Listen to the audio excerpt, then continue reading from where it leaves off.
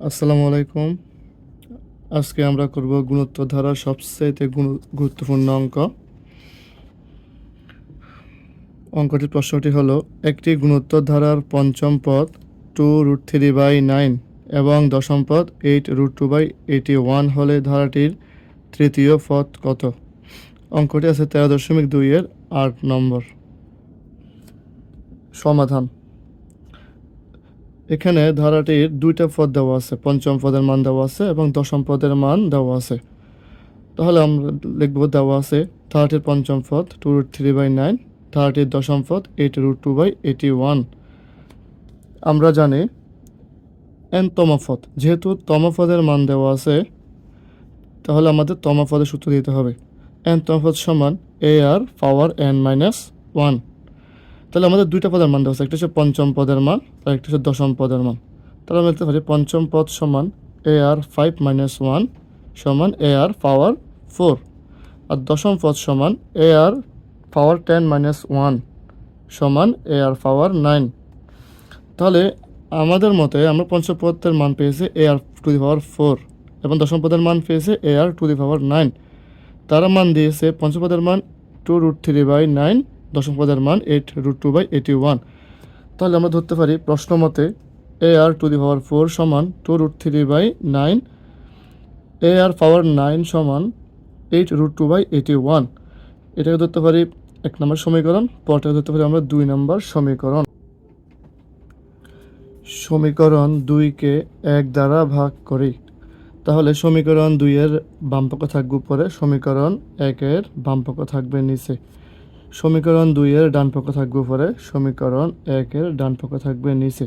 তাহলে আমরা পাই ar⁻9/ar⁻4 সমান 8√2/81/2√3/9। উপরে নিচে কাটাকাটি, r⁻9/r⁻4 ভাগ করলে পাই আমরা r⁵। যেহেতু ভিত্তি একই হলে ভাগের বেলায় পাওয়ার বিয়োগ যায়, 9 থেকে 4 গেলে 5। এরকম ভগ্নাংশ কাজ করে আমরা উপর ভগ্নাংশ বসাবো, ভাগের জায়গায় গুণ দেব, নিচের ভগ্নাংশ উল্টায় ফেলবো, হরকে লব করব, লবকে হর করে ফেলবো। তারপর 9 দিয়ে 81কে ভাগ করলে 9 × 81 পাই আমরা 9। দুই দিকে যদি 8 কাটি, 4 × 2 = 8, তাহলে কাটাকাটি করে গেলে 4। r⁻5 সমান উপরে আছে 4√2, নিচে আছে 9√3। তাহলে যেহেতু এ পাশে পাওয়ার 5 আছে, আমাদের এই পাওয়ার 5টা দূরানোর জন্য এ পাশে পাওয়ার 5 আনতে হবে। তাহলে r⁵ সমান √2/√3 পাওয়ার 5। এটা কীভাবে আসলো? উপরে আছে 4√2, যাকে বাংলা হয় 2 × 2, 2 × 2 = 4, আর একটা √2। মনে রাখবেন, একটা 2 মানে 2টা √2, আর একটা 2 মানে 2টা √2, তো 4টা √2, এই একটা √2, মোট 5টা √2। সেমভাবে 9কে বাংলা হয় 3 × 3, 3 3 9, আর একটা আছে √3। তাহলে একটা 3 মানে 2টা √3, আর একটা 3 মানে 2টা √3, তাহলে মোট 4টা √3, একটা √3, মোট 5টা √3। তো আমরা লিখতে পারি √2/√3 পাওয়ার 5। ওই পাশ থেকে পাওয়ার 5 বাদ, তাহলে থাকে r সমান √2/√3। আর এর মান 1 নং সমীকরণ বসিয়ে পাই। তাহলে a ইন্টু আর আছে যে a ইন্টু r পাওয়ার 4, তাহলে আর এর মান লিখতে পারি √2/√3 হোল পাওয়ার 4 সমান 2√3/9। √2 পাওয়ার 4 মানে 4, আর √3 পাওয়ার 4 মানে 9 সমান 2√3/9। ভগ্নাংশ যদি বাম পক্ষ থেকে ডান পক্ষে আসে তাহলে ভগ্নাংশটা উল্টা যায়। তাহলে লিখতে হবে আমরা 2√3/9 ইন্টু 9 উপরে 4 নিচে, 9 9 কাটাকাটি, 2 দিয়ে 4কে কাটে 2 × 2 = 4, নিচে 2। তাহলে হচ্ছে a সমান √3/2। তাহলে আমরা r এর মান এবং এর মান পেয়ে গেছি। চাইলে আমরা যে কোনো কিছু করতে পারবো। আমাদের এইসব অঙ্কের মধ্যে মোট 3টা জিনিস চাইতে পারে।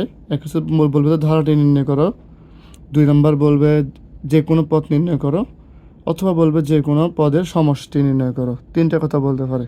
তাহলে আমাদের এই অঙ্কের মধ্যে বলা আছে ধারাটির তৃতীয় পদ কত? ধারাটির তৃতীয় পদ কত? তাহলে আমরা দিব,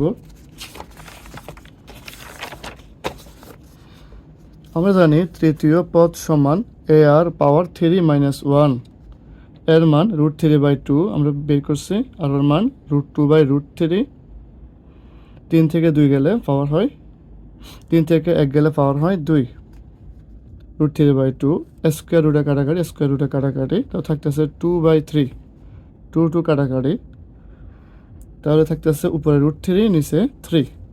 আমি একটু আগে বলেছিলাম একটা 3 মানে 2টা √3 সমান, তাহলে 3 বদলে লিখতে পারি আমরা √3 ইন্টু √3, উপরে √3টা আগে থেকে আছে, উপরে নিচে √3 কাটাকাটি, উপরে কিছু নয় মানে আমরা কত লিখবো 1 লিখবো, বা √3 ভাগ √3 কাটি করলে আমরা হয় 1, তাহলে আমরা 1/√3, তাহলে আমাদের তৃতীয় পদের মান 1/√3।